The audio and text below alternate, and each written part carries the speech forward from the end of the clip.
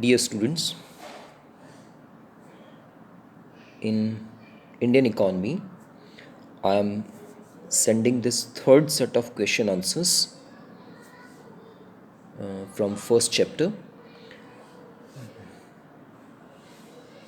So I'm dictating them. You can make your notes out of that. Up to question 11, we have covered in set 2. In set 3, we are covering from question number 12 to question number 16. You can see on your screen.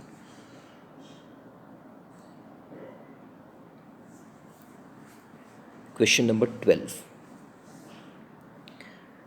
Highlight the silent features of India's pre independence occupational structure. During the British colonial period, the occupational structure of India showed little sign of change.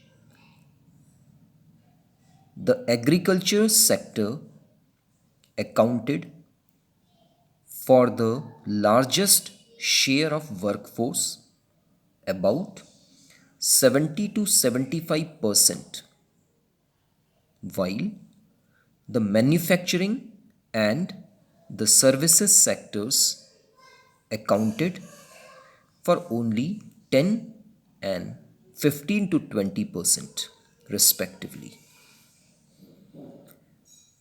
Another striking aspect was the growing regional variation. Parts of Madras Presidency, Bombay, and Bengal witnessed a decline in the dependence of the workforce on the agricultural sector, with a commensurate increase in the manufacturing and the services sectors. However, the states like Odisha, Rajasthan, and Punjab had shown an increase in the share of workforce in agricultural sector. Question number 13. Underscore some of India's most crucial economic challenges at the time of independence. Answer 13.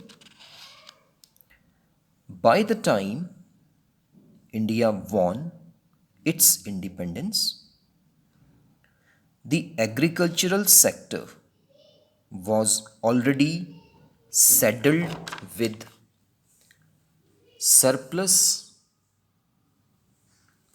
labor and extremely low productivity. The industrial sector was crying for modernization, diversification, capacity building, and increased public investment. Foreign trade was oriented to feed the industrial revolution in Britain.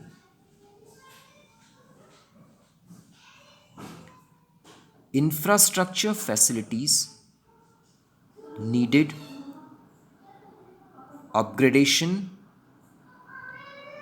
expansion, and public orientation.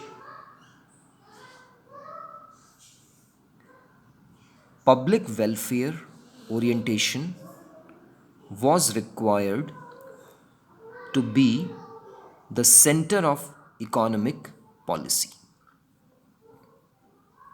Question number 14.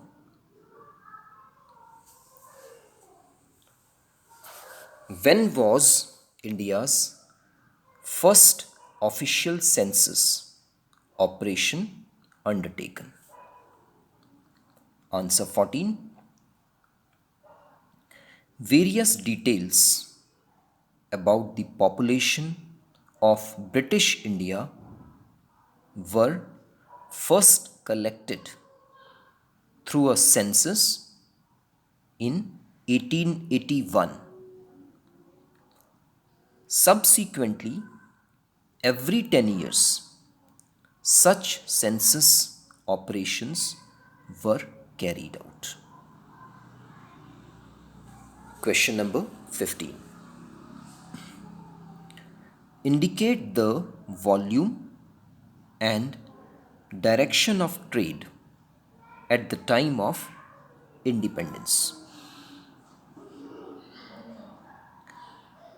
The restrictive policies of commodity production, trade, and tariff pursued by the colonial government adversely affected the structure, composition, and volume of India's foreign trade. Britain maintained a monopoly control over India's exports and imports. As a result, more than half of India's foreign trade was restricted to Britain, while the rest was allowed with a few other countries like China, Ceylon, and Persia. The opening of the Suez Canal further intensified British control over India's foreign trade. Question number 16. Were there any positive contributions made by the British in India? Discuss.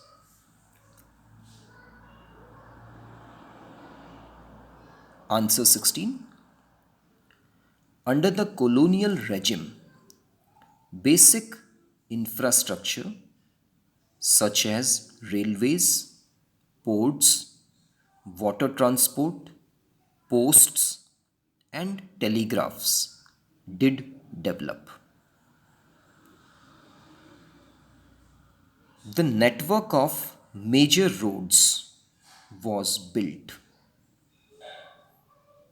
The railways enabled people to undertake long distance travel and thereby break geographical and cultural barriers.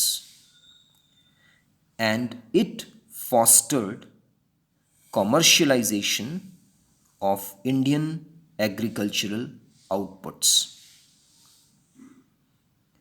The volume of India's exports undoubtedly expanded during the British rule. So, with this, we complete all the question answers of the first chapter of Indian economy. Please make your notes ready and keep sending me your work in my WhatsApp number for checking. Thank you.